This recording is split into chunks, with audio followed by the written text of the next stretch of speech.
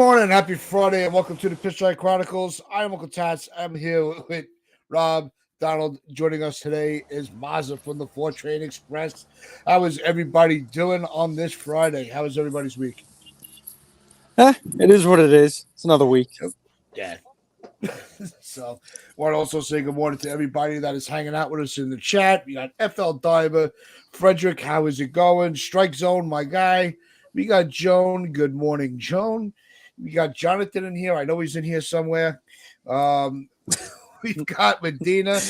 Jonathan will miss a beat, bro. No, he really doesn't. So, hope everybody is enjoying their morning. So, we had our leader of the group, our owner of the team, speak out with the media yesterday, and we're going to play some of the interview. I'll pull it up in a minute. What's going on, Damien? And from your initial reactions of the interview, did it confirm what we've been saying? Morning, Mr. Barros. Did it confirm what we've been saying that this has just been a different attitude going into this offseason?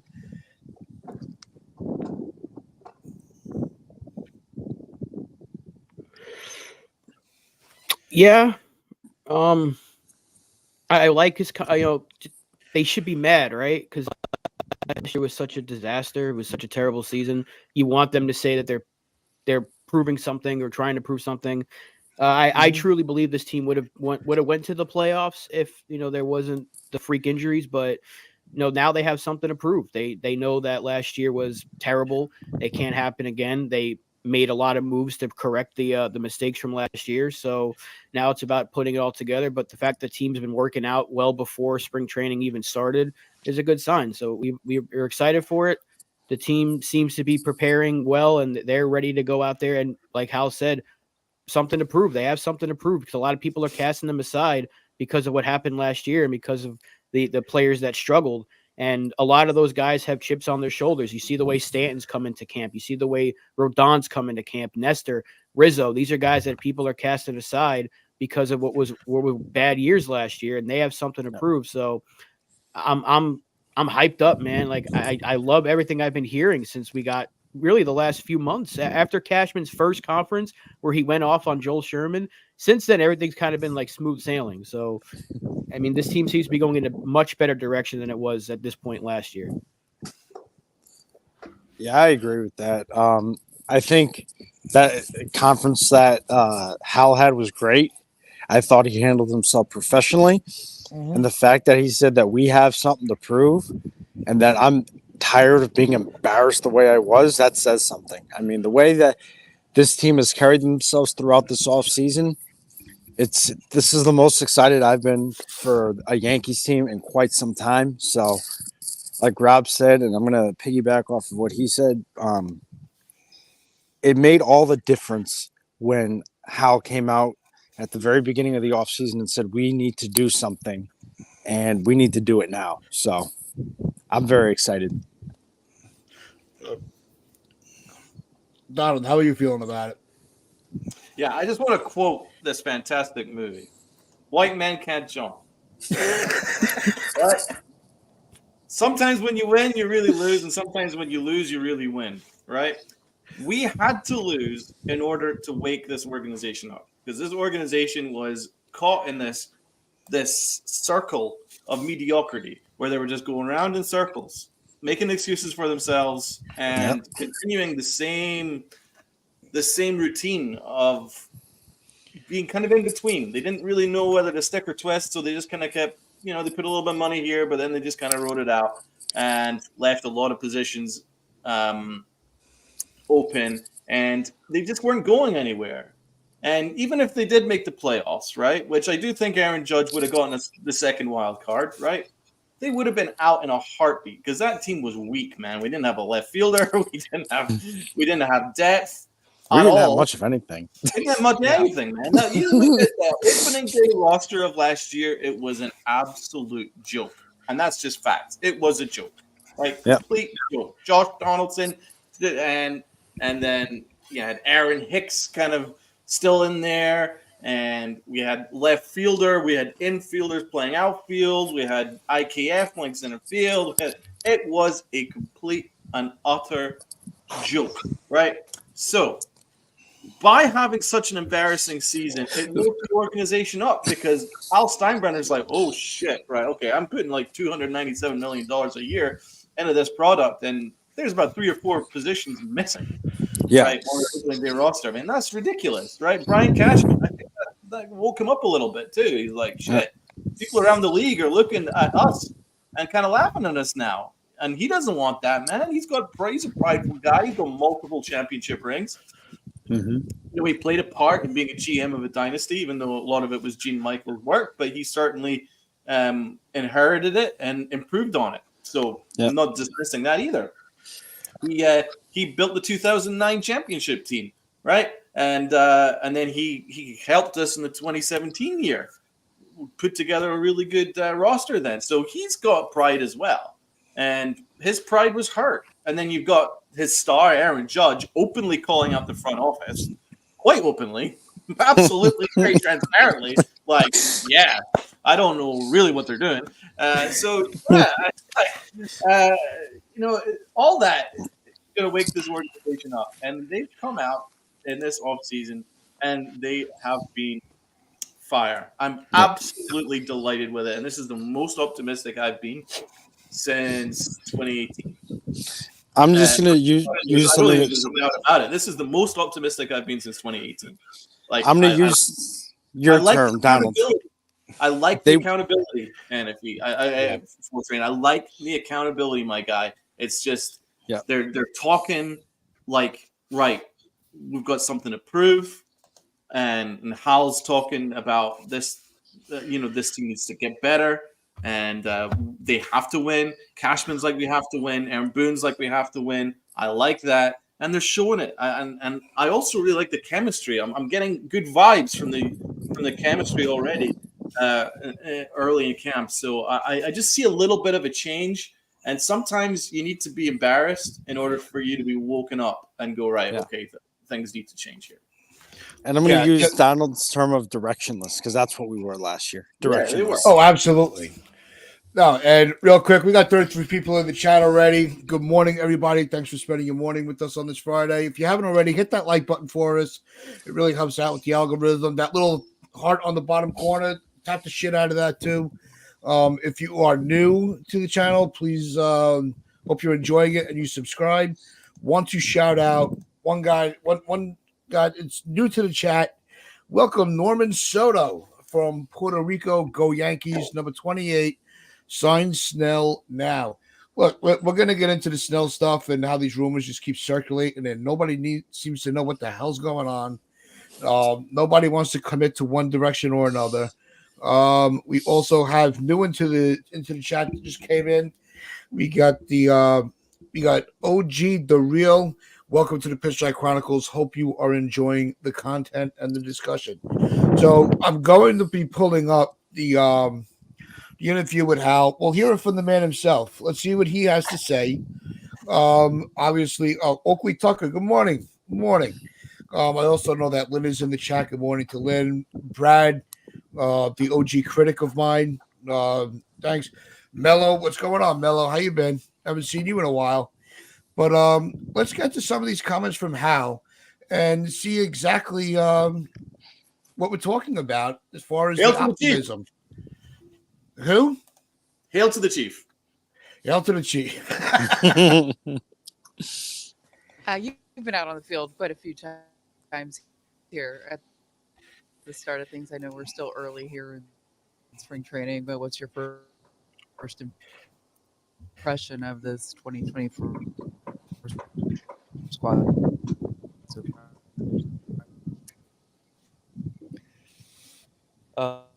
I'm guys really believe it's something to prove.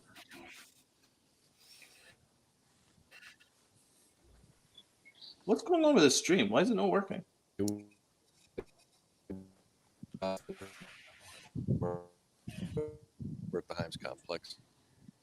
Yeah, it's lagging bad, Tats. You might have to take that off. Lagging, man. What's going on with this? ramping it up. I think they're ready to go. Your players had embarrassed they were how they did all them. Oh, damn it, Tats. This thing is lacking. Oh, we lost Tats. And we was lost awesome, Tats. So man. Apologize for the ears. In the meantime, Brad- let's get where's Brad? let's see Because what- Brad's probably loving this right now. 19 Strongman NYC 84. Salute to you, my guy. Demon D, salute Demon D. How are ya? Frederick, what up?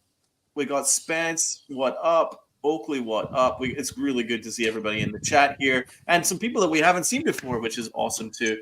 So hit the like button and come say hello. So yeah, and hit the sub button too.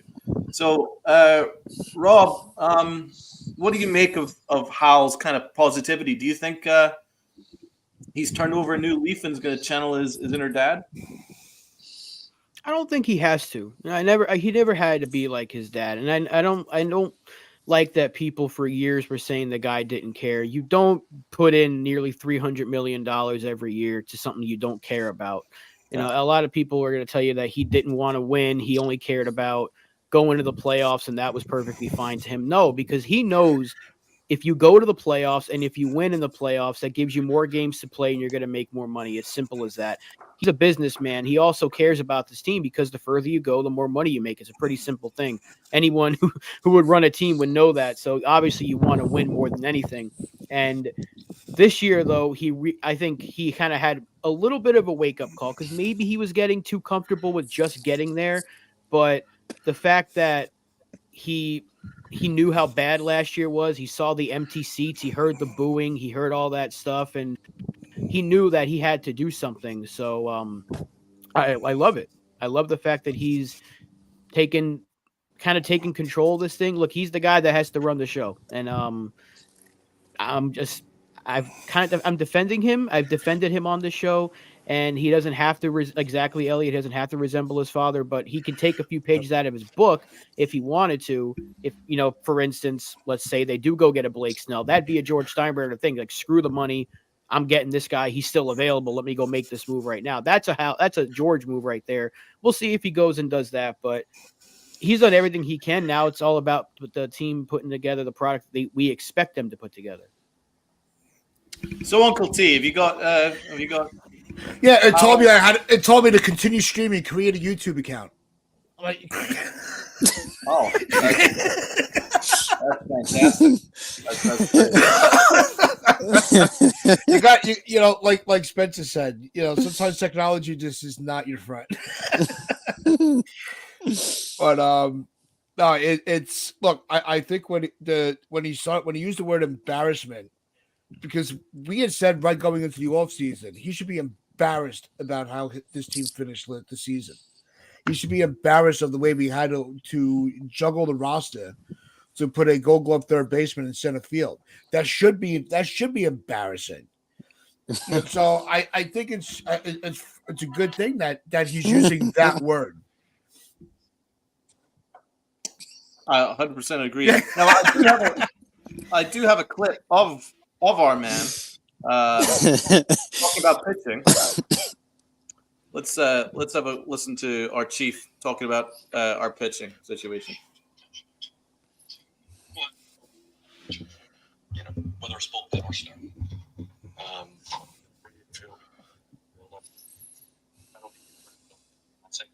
Somebody asked me the question, but what remains? See what remains to be done or not done. Okay, so it kind of sounds quite positive on the idea that they want to add pitching. So that's something to. All right. So Hal was talking about that they can never have enough pitching. Yeah, that's good. What that means though is going to be interesting.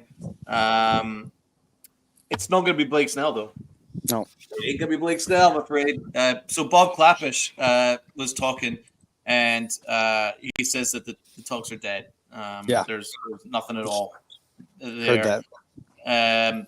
So I've got a clip from Clappish, and so basically he's saying it was foolish of Blake Snell to turn down that contract offer It and was. not even leave any wiggle room for there to be a counter offer. And it actually surprised the Yankees that there wasn't a counter offer.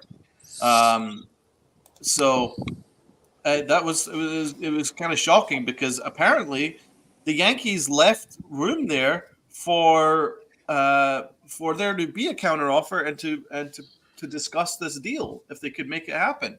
So Clapp says here Snell had his chance at 6 years, 150 million. It was foolish for Snell to have rejected it outright. The Yankees were waiting for a counter offer, and I'm told would have been amenable to a 27 mil or 28 mil AAV salary, but Snell wouldn't budge off 30 mil per. There was no counter. So that, to be honest, the fault completely lies on Snell. on Blake Snell and Scott Boras, and it went further. Obviously, with the 110% tax now, the Yankees, if they offered him a 1-year deal worth 30 mil, they'd have to pay 63 for 1 year, and it's just not. There's no way that you could work that.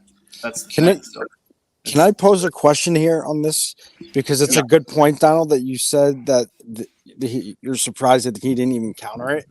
Why would we give a pitcher who is 31, who has only pitched 180 innings twice in his career, which both years he won the Cy Young, and hasn't pitched more than 5 innings in a game, and God knows how long, wears out a bullpen, $30 million a year?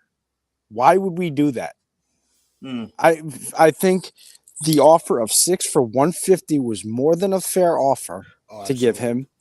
And Scott Boras, being Scott Boras, thinking he could play everybody, which everyone knows what he's up to, shot himself, Jordan Montgomery, Blake Snell, Cody Bellinger, JD Martinez, and Matt Chapman in the foot with what he's done. And do not be surprised if they don't sign until midseason.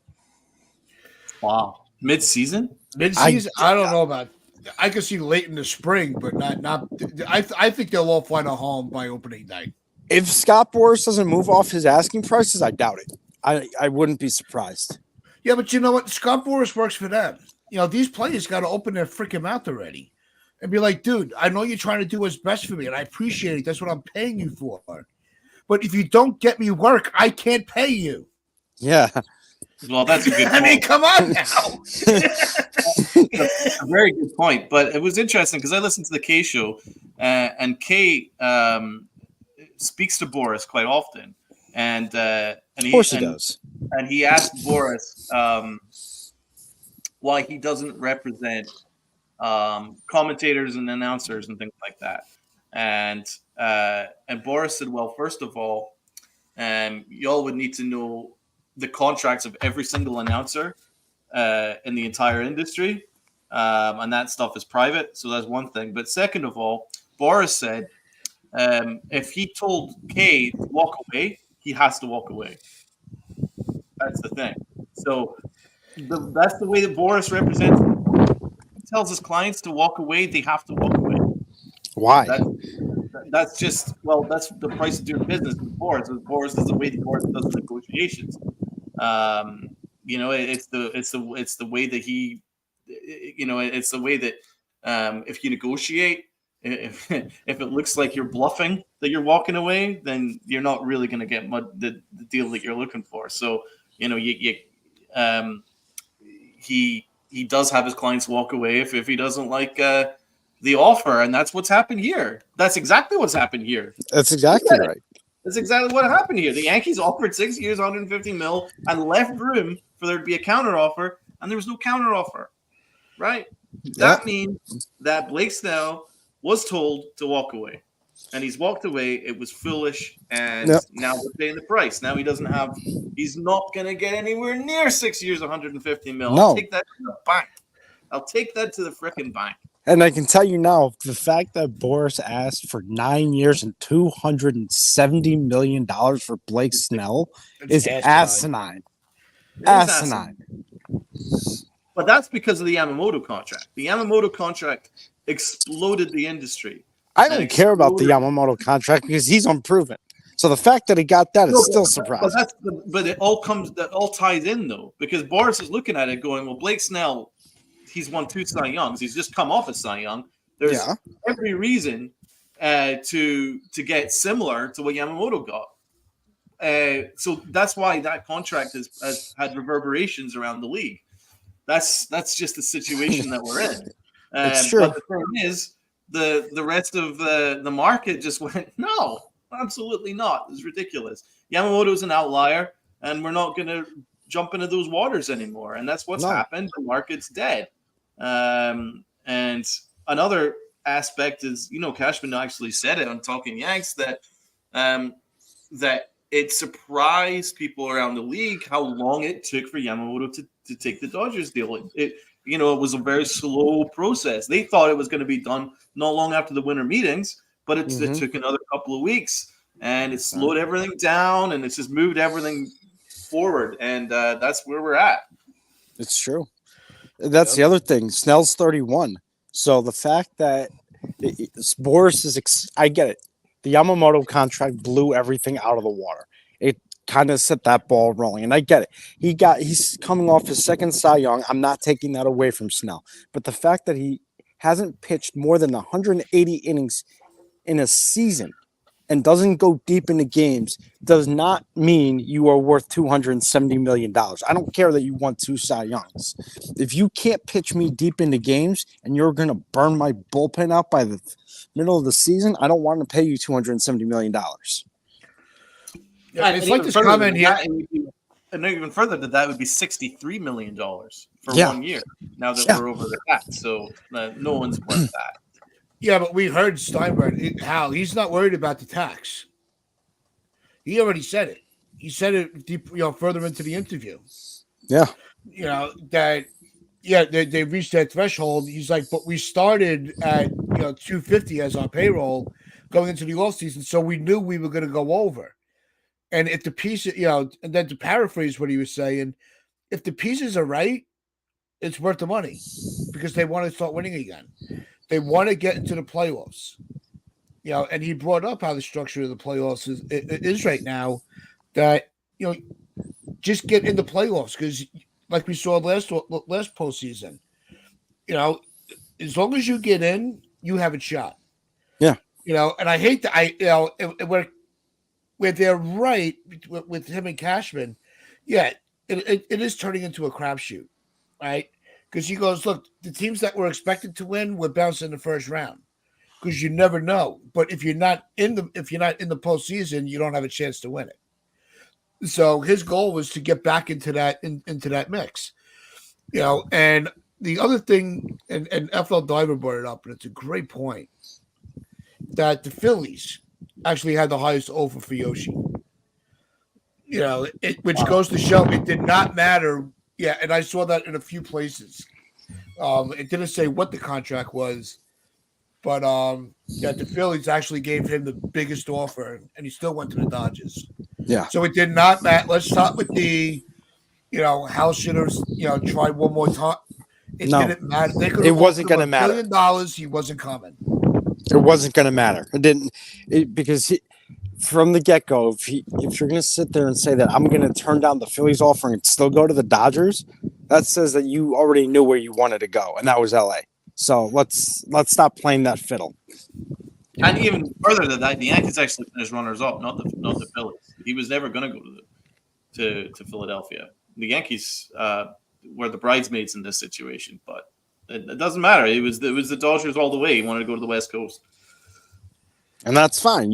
He has every right to do that, but we're done with that topic. As far as I'm concerned, it's over.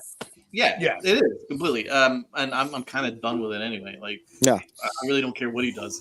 It's another league. Thank God. If he was in the American League, I'd be upset. Yeah, then it could come back and haunt us.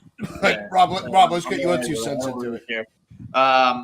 The But Hal Steinbrenner did say that he's going to look at the pitching market. He's open to anything that Brian Cashman presents to him.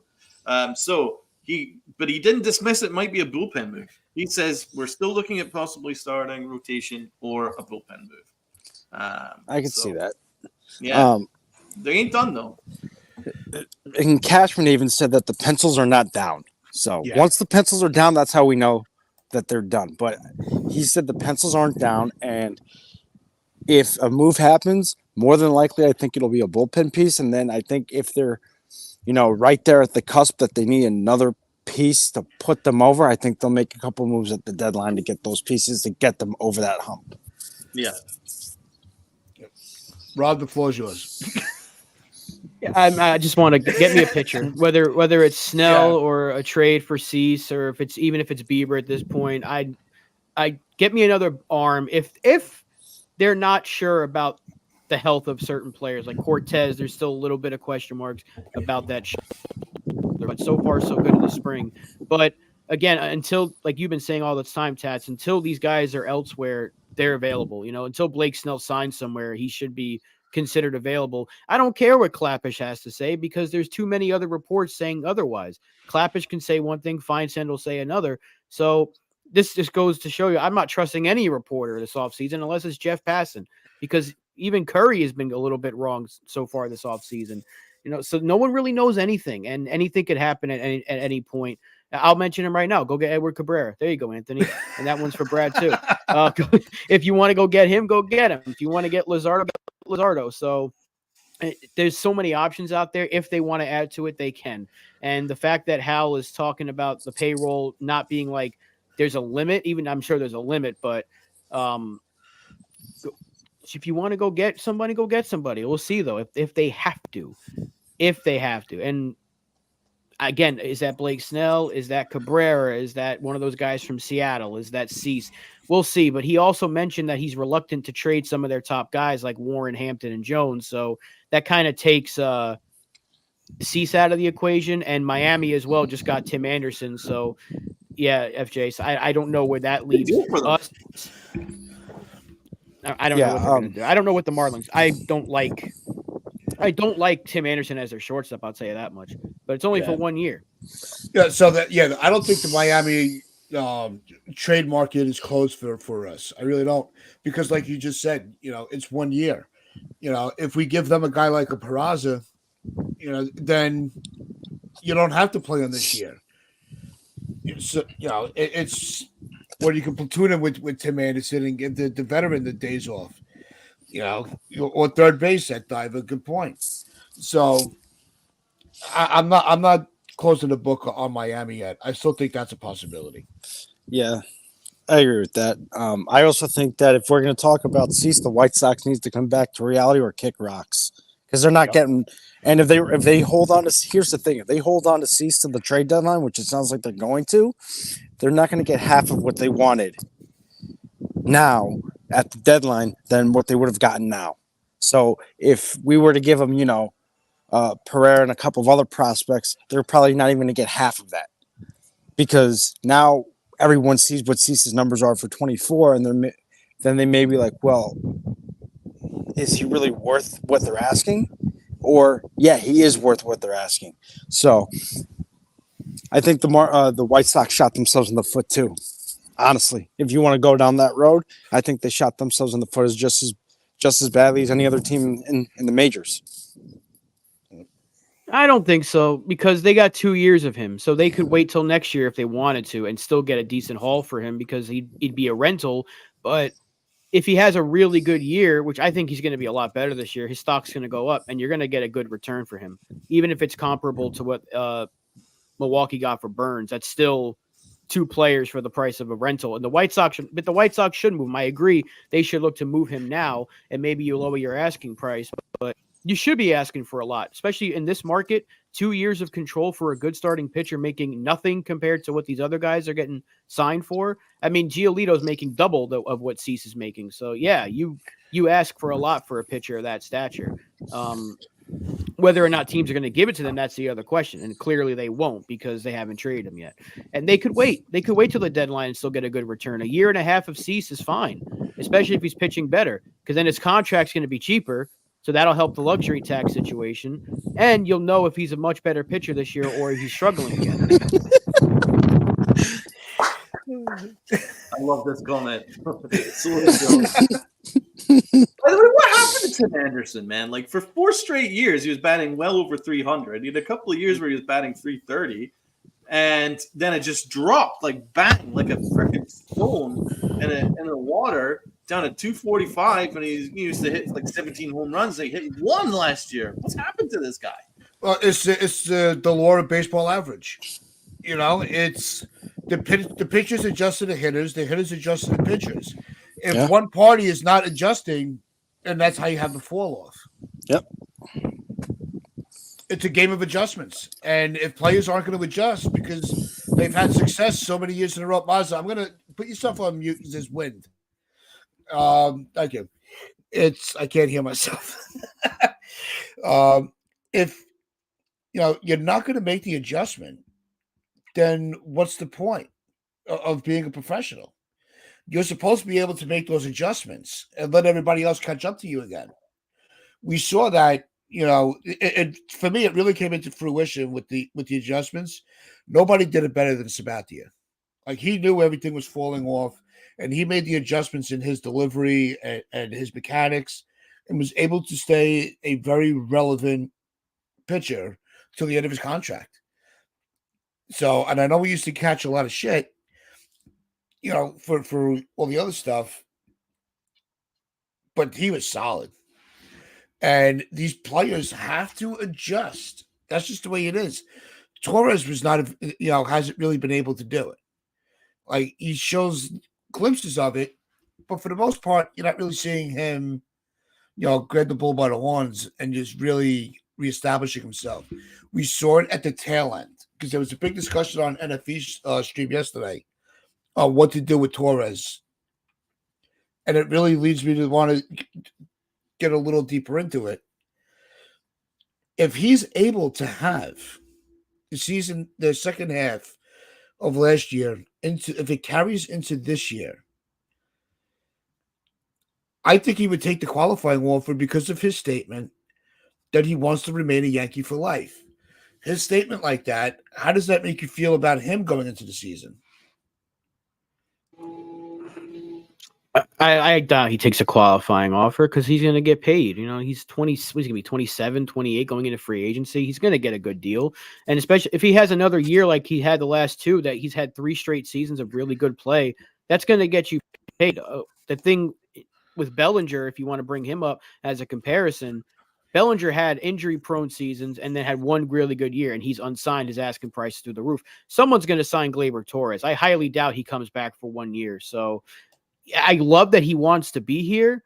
And I wouldn't care if the Yankees extended him. Trust me, I would love if they extended him. I would love to have Gleyber here for the rest of his career.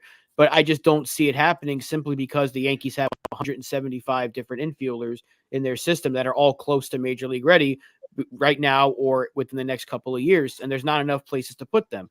What's their plan with Peraza? Where's Arias going to play when he gets here? What about Cerna? What about Vivas, who they just traded for? He's on the 40-man. All these different guys. So I don't know what they want to do with him. The one thing that Torres has over all of these players, though, is he's been here and he's proven to be a good player more times than not. So I think that plays in his and Lombard as well. So eventually they're going to have to figure it out. Now, does that mean Torres is going to take a discount to stay here? I don't know. But if the Yankees do extend him, then guess what? You got to move some of these prospects, and that could be something they think about doing. Maybe you trade for a lesser costing pitcher, and then you can give that money to Torres to keep that big bat. Because what's always the issue with the Yankees is the offense seems to crap out at the worst possible time. The pitching has never really been the issue, despite the pitching being the rotation not being great last year. Our issue was offense. And when we get to the playoffs, our issue is always offense. So maybe you want to keep the sure thing around. I don't know. I don't see it happening, but I wouldn't be opposed to it. I love Gleyber, and I love that he wants to be here. He's been a great Yankee. He took that. He didn't want to go to. I'm sure he didn't want to have to struggle the way he did, and it obviously affected him because then he heard his name in trade talks, and obviously that affected him as well. That can do a lot to a player mentally, and I'm glad that he wants to be here. We'll see what they do, but I wouldn't be surprised if he's gone next year. Rob, question. I know you're a supporter of Glaber. Is there a way in which you actually can see him being here with us long term after this year? Like, what would have to happen in order for him to be considered to be our second baseman long term?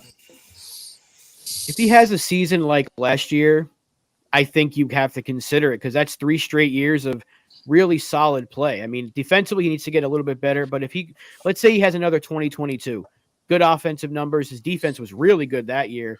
Why wouldn't you think about it? Because you're hoping that one of these prospects turns into that. You're hoping that, I think Arias is going to be fantastic, but you're hoping Lombard is that. You're hoping Peraza can do that, honestly. If we're being quite honest, you're hoping Peraza can mimic. And the landscapers are like right out there, so I'm going to mute myself. Yeah, I think when it comes with Torres, it's very tricky because he's a very likable Yankee Player. Mm-hmm. You know, well, not even just a player. He's a likable Yankee. He embraces the aura of wearing the pinstripes. You know, you never see him, pass the buck. He holds himself accountable. He'll work all off season, like a lot of players do. We saw the videos from a few years ago, with him and his wife at their house working on fielding. Like he didn't take any time off. No. And so he's always trying to improve his game. What I would do, like the hard thing to do is gauge the market before the season, before we even get to the next off season. Yeah. Because you don't know. Especially like we saw this year. It takes one free agent to offset the way the money is spent. So, and the Yankees have a lot of players going into free agency. So I think including Torres is 8 players that are coming off the books. Factually, this is correct. One of the top second basemen. Absolutely. It is definitely factually correct. No doubt about that. Still struggle to see a scenario in which he comes back, but on the other side of the coin, there's a lot of contracts that are coming off the books next year. So there is still a small chance that if he really balls out, and the great thing is, there's a lot of guys that are playing for contracts that are on 1-year deals that are going to be playing for contracts. Verdugo's going to want to play for an extension. The Yankees have wanted him for a while. Aaron Judge was wanting him for a while, apparently. Cashman is wanting him for a while. So y'all don't sleep on Verdugo. So my question to the panel, Rob, for training Uncle Tats, is so obviously Hal says the Yankees have something to prove. Which Yankee on this roster has the most to prove? Let's start with Rob. I'm torn between 2 players. One being Rodon, the other being Stanton. I'm just gonna pick the first, Rodon. I think it has to be Rodon. So I think Stanton can comfortably, even if he has like a lower 200 average again, but if he pops 30 homers, I'm gonna be fine with that at this point. Rodon has a lot to prove because he's been cast aside like dirty laundry, and he's like thrown in the trash by a lot of people. A lot of people forgetting the kind of player this guy is and was just 2 seasons ago, and they're just kind of ignoring the fact that he pitched through 3 separate injuries, got a late start, which goes to the earlier talking about the free agents. Look what happened to Rodon last year without a full spring training. So if these guys want to avoid that, you might want to sign soon. So I think Rodon with the full spring, he's healthier, the velocity's up. He's got a lot to prove this year, and he's got that chip on his shoulder. And I think that he's the guy that you want to have that chip on his shoulder because he's a gamer. That man wants the ball. He wants to shut the people up. I think it's Rodon to me, but I could easily pick Stanton in that same category. Fortran. So I'm going to say his last thing before I got to get back to work, but I think it's going to be Rodon and Stanton. I think both of them need to prove it. I don't think it's just one of them. I think both of them need to prove it. Stanton needs to prove it because he's got to be able to stay healthy. And Rodon, I think, needs to prove it because he's getting paid all this money and really was in bad shape last year. So I think both for the same reasons have to be able to prove it. Good point, man. Uncle Handlebar. Yeah, no, look. I'm going to go with solely. I know everybody's saying Rodon and Stanton, and they're absolutely right. It's got to be those two guys. The pressure is more on Rodon because if Stanton's struggling, the lineup is deep enough where you might not even miss him in the lineup if he has to sit for a few days. If Rodon is off his game, that throws off the entire rotation. There's no hiding it. So the pressure, I'm if I had to pick one, it's got to be Rodon over Stanton. That's all good, all right. Obviously Rodon really springs to mind. Stanton, absolutely. Like, there's no wrong answer here. Stanton. Nestor Cortez has something to prove. He has something to prove in terms of his status in the rotation.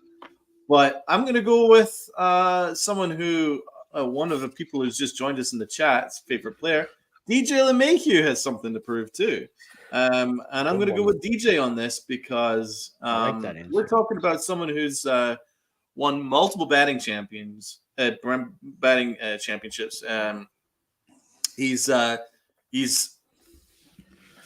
of the most feared contact hitters in the league, right? But he's fallen off dramatically due to injuries. The injury to his foot really affected his swing and his motion and the way his ability to drive through the ball. And he was just turning into a slap hitter, and his numbers just completely dramatically fell off. Now we started to see post All-Star break a better DJ LeMahieu. So what we need to see is DJ really get back to what he is. Now he is one of my favorite Yankees. Like, I'm just saying it now. I have quite a lot of hope that he's going to turn it around. From the looks of things in camp, he's turning heads. He looks great. But he has something to prove here, man. We did offer him we gave him a large extension. And so he has to kind of live up to that too. He's here for multiple years. We need him to hold down third base and occasionally second base and possibly first base whenever Rizzo needs a breather. And we kind of need him at the top of the order, setting the table. We kind of need him setting the table. Now, we could have Verdugo in situations leading off, but I like DJ LeMahieu at the top of the order, setting the table for Juan Soto, Aaron Judge, etc. So that's why I think that if he is successful and he bats in the upper 270s plus, sets that table, gets on base, doesn't ground into double plays, and allows Soto and Judge to drive him in, this Yankee offense is going straight to the stratosphere. They're going to be elite. So that's why DJ LeMahieu, I feel, has something to prove. And he almost has something to prove here to Mr. L.I. Yankee King here. He doesn't have to prove anything to L.I. Yankee King. He doesn't have to prove anything to him. He doesn't know you shite.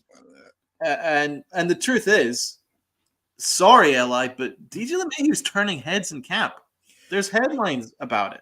There's articles about it. LeMahieu looks really freaking good, apparently. And so I'm not hearing any negativity on this guy. This is a guy that can play all over the infield at a Gold Glove level. Can play Gold Glove third. Can play Gold Glove second, and a solid first. And he can set the table. He's one of the most feared contact hitters in the league when he's right. That's not hyperbole. That's not Donald just because he's got a LeMahieu jersey at home. It's nothing to do with that. That's just facts. You don't win two batting titles unless you are actually a respected hitter. So let's give him. I think that he has every shot of turning heads. So 100%. No, it's look with DJ's a weird character, right? Because he's holding. If we did not have DJ, Peraza probably would have had a full season last year. He would have already been up. We might have seen maybe another free agent if he didn't come back. I think putting him as a starter, and as much as I said they shouldn't have announced it, I've been on record saying I think announcing that he'll be the starting third baseman so early in the offseason was a mistake. I don't think putting him there is a mistake. Now, this guy, he's balled out. He's won, we want to talk about records. He's had a batting title in both leagues. Mhm. He's been as solid of a hitter as you can get. Right? Not the power guy, but believe me, he gets his hits. He works the at bat. He's not a big strikeout guy. We're always bitching about striking out. He don't strike out a lot. The issue with with his foot, let him prove he's healthy. And if he's healthy, you have to go with him. But I made a comment on NFU stream yesterday, and it made Eli's day. Now, I put up the hypothetical. If you had to have long term, whether DJ or Torres, who would you take? Torres. DJ. Well, interesting. See, I said Torres. I said if I had to have one guy, pass this year, I would go with Torres because I think the age and the position. I'd go with DJ. That's a fair choice. I don't think there's a bad choice. There's there no for wrong him. answer. Yeah. Yeah, but again, I want to address my arch nemesis in the chat right now. He's saying he's got to prove it in games. Well, look at his second half last year. I mean, everyone wanted a rebound from DJ LeMahieu, and his second half, he was a 123 weighted runs created plus, over 800 OPS. The on base was up, the average was up. He was back to DJ that we saw just a couple of years ago. And no one's saying that he has to have a batting title this year. So again, stop putting words in our mouth. We're bringing it up that this guy not that long ago was a very good hitter. So that doesn't mean he's going to have to hit 350 again, but if he hits 270, we're going to take that every day of the week, especially at the top of the order. Baseball has changed. Not everyone at the top of the order has to hit 300 plus anymore. You can be around 260 or better and still be a very effective leadoff guy. I think eventually Jason Dominguez is going to be leadoff, and if he's hitting 270, I'm going to be thrilled with that. So no one's saying that DJ has to win a batting title to be back to his old self or be worth the money. But if he does what he did in the second half last year at the top of the order this year, that is going to be amazing for this lineup. So there is still a lot DJ LeMahieu can provide for this team. Do I think he should be starting necessarily over Peraza? No, but am I going to complain and cry about it that he's here and starting? No, because I think he can still be a very good hitter. He proved that last year in the second half of the season. He was probably our best hitter down the stretch. Overall hitter. And you want that at the top of your order, especially with Juan Soto behind him and then Judge behind that and whoever the hell's batting fourth. That is very, very strong. So if DJ is playing like he did second half of last year, which was just half a season ago, you're going to take that every single day of the week. So is he going to hit 350 plus? No. You're not trading him because he's got an untradeable contract. You're not listening for the 875th time, just like Sunil's age. You don't listen. You're not trading DJ LeMahieu. You think he's so... I want to address you, Li, again. You think he's so bad, right? You hate the guy so much, and yet you want to trade him. If you hate the guy so much, who is going to take him and $15 million of him per year? You say he's fallen off. You say he's a terrible player and all this stuff. He's past his prime, whatever. He's done. He's done. Who in their right mind is trading for him? Answer me that. If he's so bad, who in their right mind is trading for him? What smart GM is trading for a bad, fallen off 35-year-old player that makes $15 million a year for the next 3 years? Who's trading for him, Li? You're so smart. Tell me. Well, by the way, $15 million is a freaking bargain for someone that can possibly hit 300, set a table, be one of the best contact hitters in the league, and play Gold Glove defense at second base and third base. $15 million is a really good bargain. 2020, he bat 364. He almost bat 400 for Christ's sake. That's Ted Williams numbers for fuck's sake. Give me a fucking break. That was only a couple of years ago. He almost bat 400. Jesus Christ. The year before that, he had 102 RBIs. What are we looking at here? What is this negativity? about DJ LeMahieu. This guy is a fantastic hitter. Jesus Christ. You know, and at times in this last 8 years, he's had a batting average of over 310. At least 4. He's had like 5 years over the last 8 of batting well over 300. And I don't even like 300. I know batting average isn't the metric that is as important these days, but it still has value, baby. It still has value. He has value. He has a lot of value, and I'm not taking any disrespect from trolls in the chat. Sorry, Li, but it's troll behavior if you're talking down to someone who is respected as much as he is in that locker room. You go 1-to-1. Each person in that locker room, they respect the hell out of DJ LeMahieu. They respect the shit out of that guy.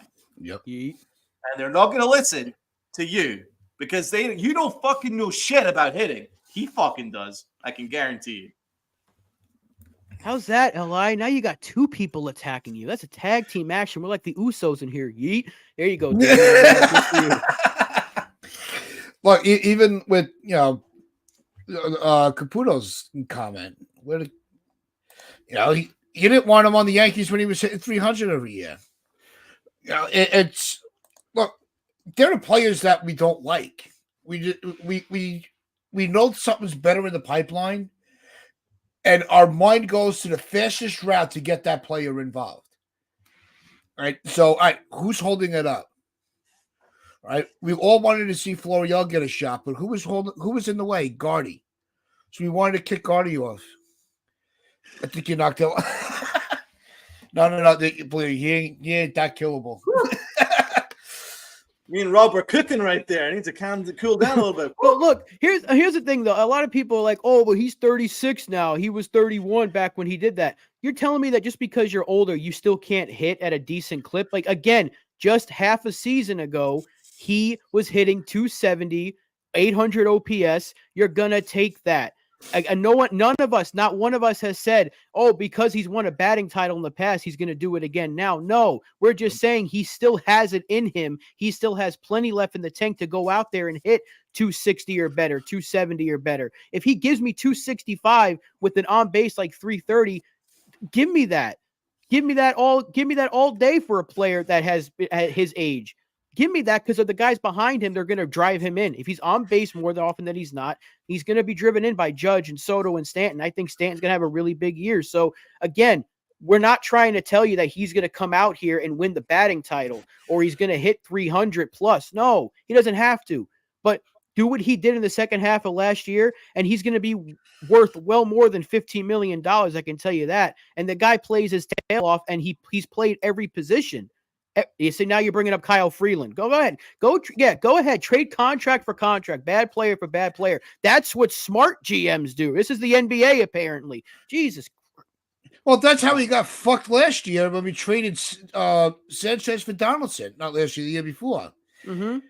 We traded a bad contract for a bad contract to fill a need. And what did it get us? Nothing. We're still having the same freaking issue where we moved on from Donaldson, so I can't say we got stuck with more shit. Look, we all want to see the kids come up. Nobody is saying that there are players that are heading into the tail end of their careers. Right? It's not like DJ was not hurt and just lost a step. He was hurt. That's why his production dropped. Let's see that he's healthy. Let's go with and see let's see what we got. He's already here, so what do we have to lose? It's not like we traded Peraza and he's going to be tearing it up somewhere else. And we're like, oh man, what a mistake. You still have a backup if things go wrong. I don't fucking get it. I'm gonna have Rob look at this trade, but do you realize that Kyle Freeland was 6-14 with a 5 ERA last year in Colorado? And you want to take on that contract? Bring him here. He'll have an ERA of 7, and we'll be stuck with him. Go ahead, Li. Keep putting out your trade ideas. Maybe make another 15 trade thread about how many trade, what we could do to improve the team between now and the start of the regular season, which is less than a month away. We can go ahead and do that. Go ahead, or a month away, whatever it is. Make another 15 trade thread of how this team's supposed to get better, and involve trading DJ LeMahieu for Kyle Freeland. Maybe you'll suggest trading for Patrick Sandoval, or maybe we'll go get Patrick Corbin this time, or maybe we'll get some more competitive, balanced draft picks or some international free agent money. Go ahead and trade half the bullpen away because they're unnecessary veterans, but give up 4 more prospects for a 28-year-old James Karinchak who was sent down by the Guardians last year for being garbage. So go ahead and keep telling everybody that you're smarter than them when you suggest the worst trades I've ever seen in my life. And here you are suggesting, let's go trade DJ LeMahieu, a good hitter, for a bad pitcher who gives up bombs in Colorado. I wonder how that's going to translate to Yankee Stadium. There's another one. 6-14 record was tied for 126th in the league. I got the stats here. What are you looking at? Because you are out of your mind. You know that year that DJ LeMahieu had 102 RBIs? You know that year that DJ LeMahieu had 102 RBIs? Our man Freeland had a 7 ERA in Colorado with a 3-11. I'm not taking on that, right? I'm so glad you're not the general manager. I'm so fucking glad you're not the general manager. It'd be a 60-win team at best if he was the general manager. Go do these trades in MLB The Show. Please, by all means, go do it in MLB The Show and simulate the entire season. And don't manipulate it either by making everybody a 99 overall. And tell me what the record is. Because you want Christian Pache as your center fielder. Who? Exactly. The guy that was cast aside by multiple teams, a former top prospect. That's who you want batting leadoff. And the facts are on your Twitter. Now, I'm not putting words in your mouth. You want to trade for him. Go ahead and make those trades. Go do it. Trade the entire bullpen away for AJ Puck and James Karinchak because they're so much better than what we have right now.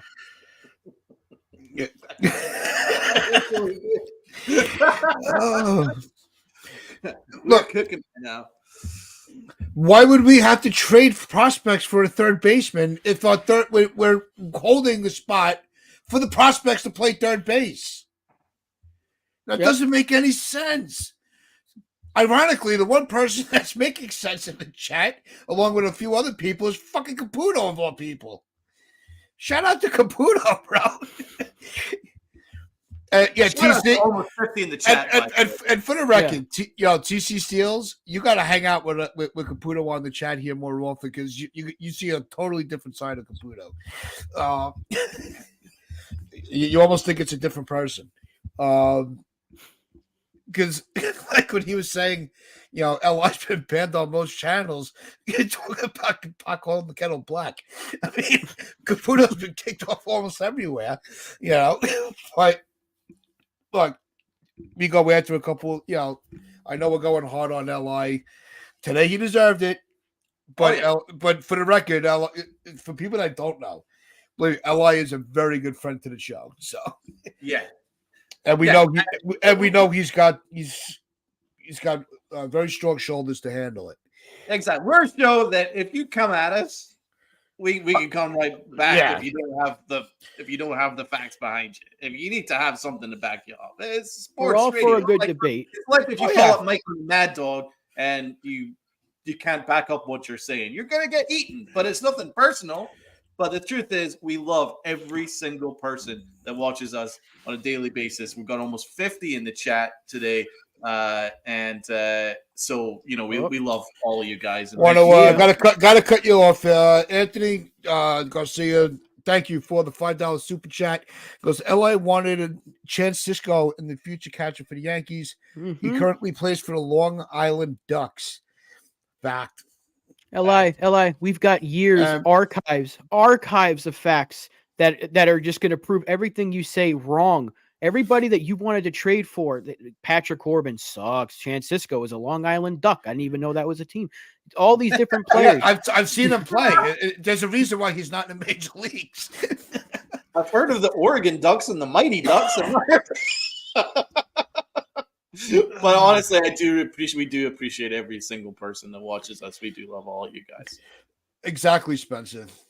Every show needs adversaries. It just look, it's all fun. We've got a It big really one is. in LA Yankee King, that's for sure. That's an adversary. That's my arch nemesis, and I love the back and forth. I do. I love it because it brings some good energy to this because whenever he shows up, a lot of it's like 12-on-1 basically, or in this case 38-on-1 because everyone's going after LI today.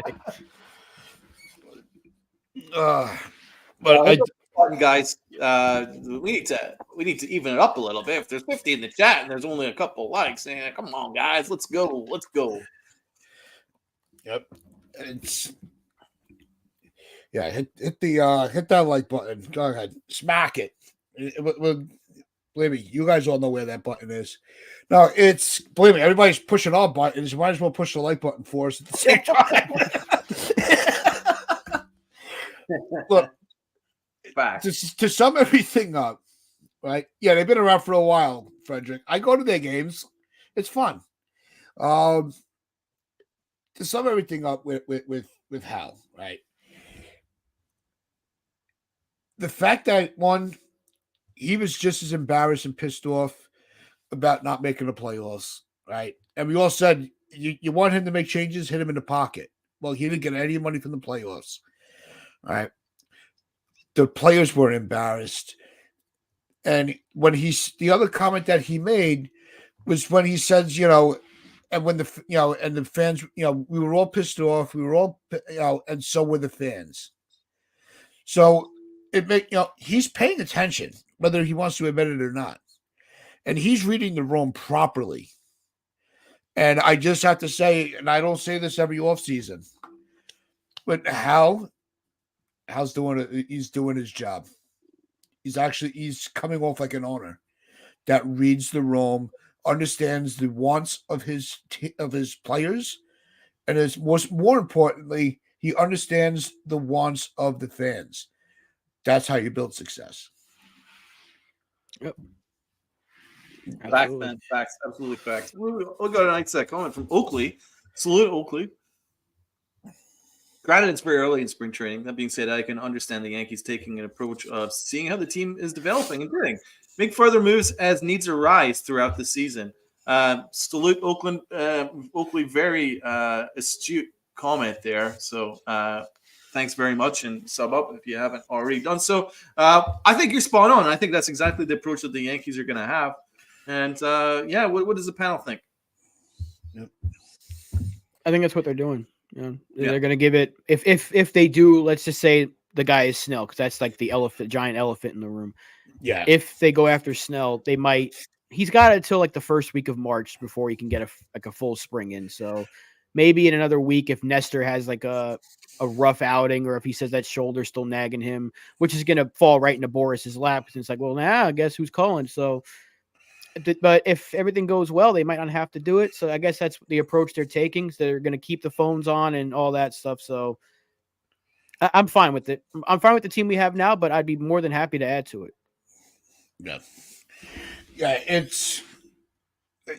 We need that doll. That'd be interesting. What's going on, JT? But look, we got the games are going to start tomorrow. Yep. First game tomorrow. Joe put it in the chat. What's your thinking? It's the first spring training game. I'm not expecting a lot. Really not. I just want when I'm the early spring training. The one thing that I'm looking at is the pitcher's mechanics. How are they controlling the strike zone? Does it look like they're straining on the offensive side? They're patient. How did their approach at the plate? Yeah, and TC, you're right. Don't get hurt. Don't get hurt. Yeah, don't get hurt, please. Facts on facts. Is he on the mound? I think I think he might be throwing a side session, but I think he's starting the first game. Yeah. Oh, I love that. I gotta watch that. That's the kind of stuff that we'll be interested in because he could be a candidate to maybe be a fifth starter, but I think probably more likely bullpen. But I can't wait to see how how he looks tomorrow. And Soto's playing Sunday, Jones saying. So that's going to be fun to Oh, watch. diggity dog. Yeah. And just so you know, all the home games will be broadcast on Yes this year. And so the home that's games will, if the Yankees are playing home at home, Yes will have those games. So that's good to know going into the spring, because sometimes you never know where they're going to be. How to even listen or watch. Some of them you can't watch or listen to at all. Facts. And that's another fucking injustice. Last year's spring. At least give us radio. Yeah. You know? Last year's spring. It seemed like a third of the games. All right, guys, I have to jump out though, Yeah. so I just want to say a real quick thank you to everyone in the chat. Li, even you, it was good to have that back and forth. Donald and myself, the Usos of the Pinstripe Chronicles, took you down, but it's all in good fun. And thank you everybody for watching. Subscribe if you haven't already. Hit the like button. I'm going to let Tats close it out, but I will see you all when I come back Monday morning. Have a good Have an day. awesome Have a good weekend, my weekend. brother. Rob.